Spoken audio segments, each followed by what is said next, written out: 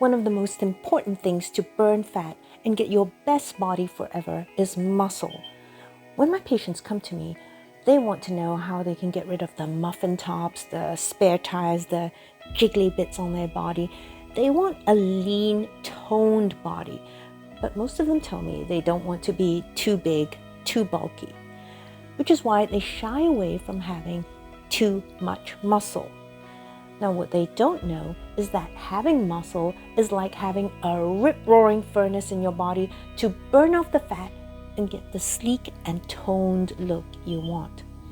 Furthermore, here is what 1 pound of fat looks like, and here is what 1 pound of muscle looks like. Now, try wearing each of these on your body, and if you'd rather look like this than this, here is what you should do. Number 1, fight anabolic resistance. What?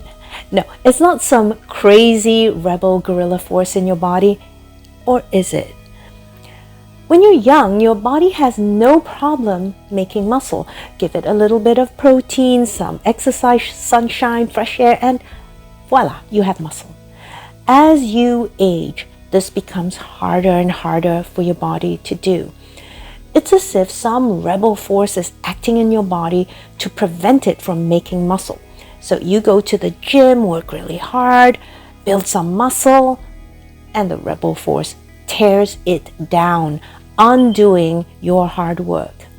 We call this anabolic resistance. Anabolic just means building up. And when we say anabolic resistance, it means your body is resistant to building tissue, in this case, muscle. Tightening down on your lifestyle habits and making sure you are living wealthy will help you fight this anabolic resistance. So, no smoking, cut out all the alcohol, yes, all that stuff has to go, and that will help. But even in the best case scenario, you're still losing about 3 to 8% of your muscle mass per decade.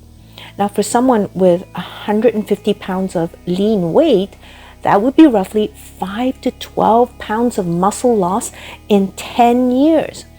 The worst part of that is that while you're losing muscle, you're also losing the battle against the bulge. Remember, muscle is a furnace for burning fat. And if you lose 10 pounds of furnace, you do a lot less burning over the years.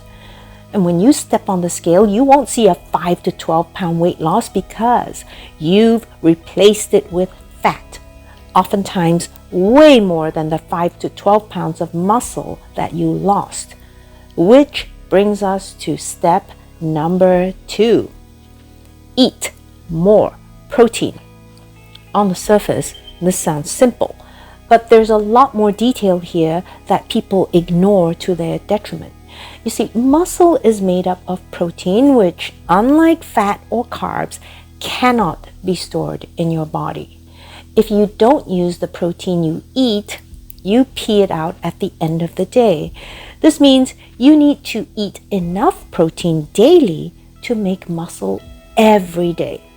How much protein? Well, here is where the usual medical recommendation is outdated.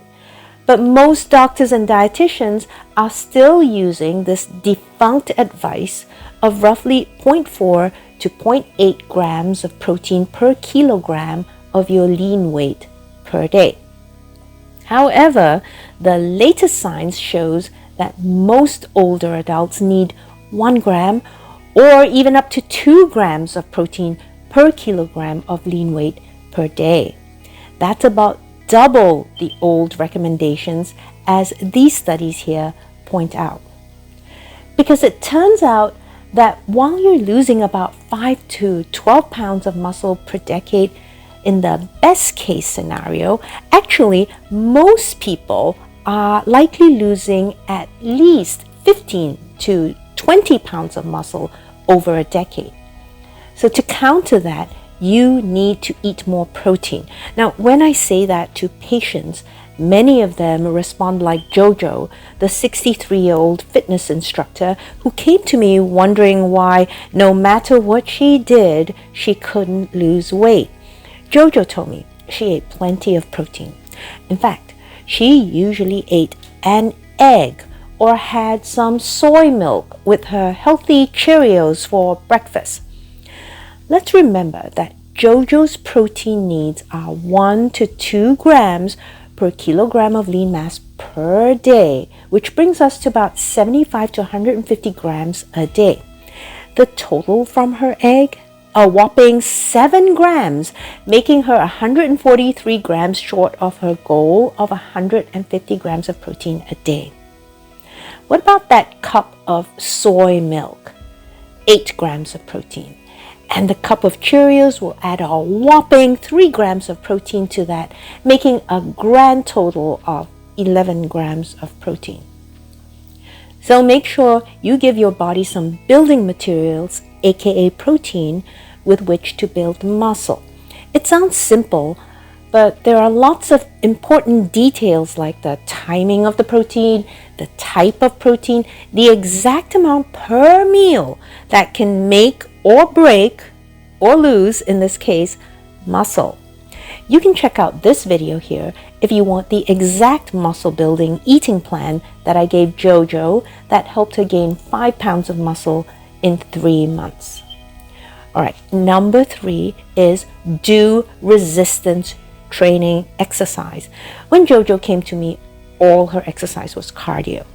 She taught group fitness, which was mostly aerobics and cardio, and she herself would run on the treadmill, go to a spinning class, or get on the elliptical for 45 minutes a day. Now, while all of this was great for her heart, it was really not doing much for her muscles. In fact, those activities were actually preventing her from building muscle because she was doing so much of these endurance and cardio types of exercise. This is because to build muscle, you need to do resistance training. Weights using dumbbells, barbells, kettlebells, resistance bands, and even body weight. Now, some active forms of yoga might count, not this type. Pilates and bar exercises also provide resistance training. So you want to prevent muscle loss, then make sure you do those types of exercise at least 3 times a week. If you want a more detailed video breaking down how to do resistance training properly, how much weight you should use, what specific types of exercise, how many reps, that kind of thing, let me know in the comments. And if enough of you are interested, I'll make a video on that. Okay, finally, point number 4 on how to build muscle to shred fat.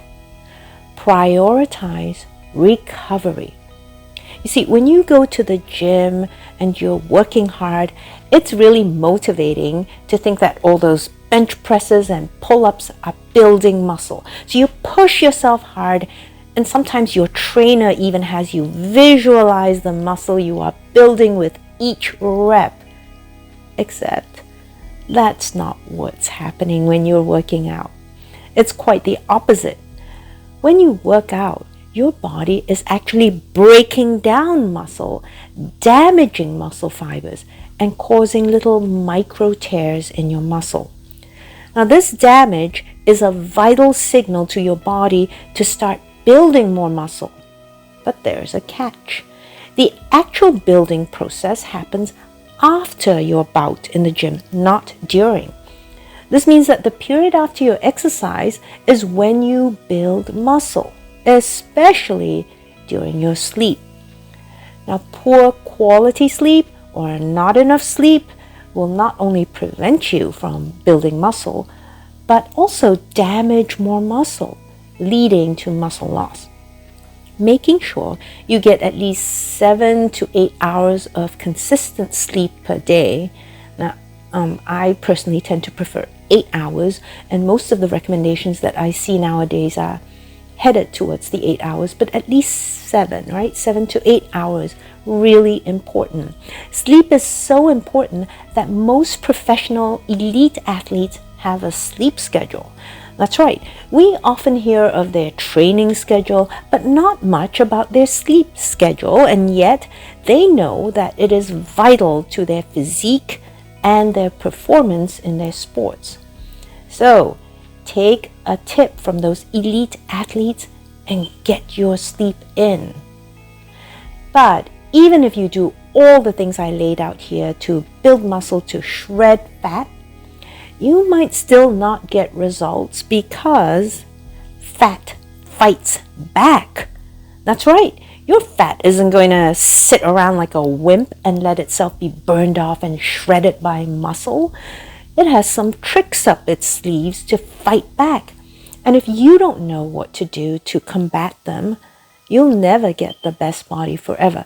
If you want to learn how to deal with your fat, then watch this video here.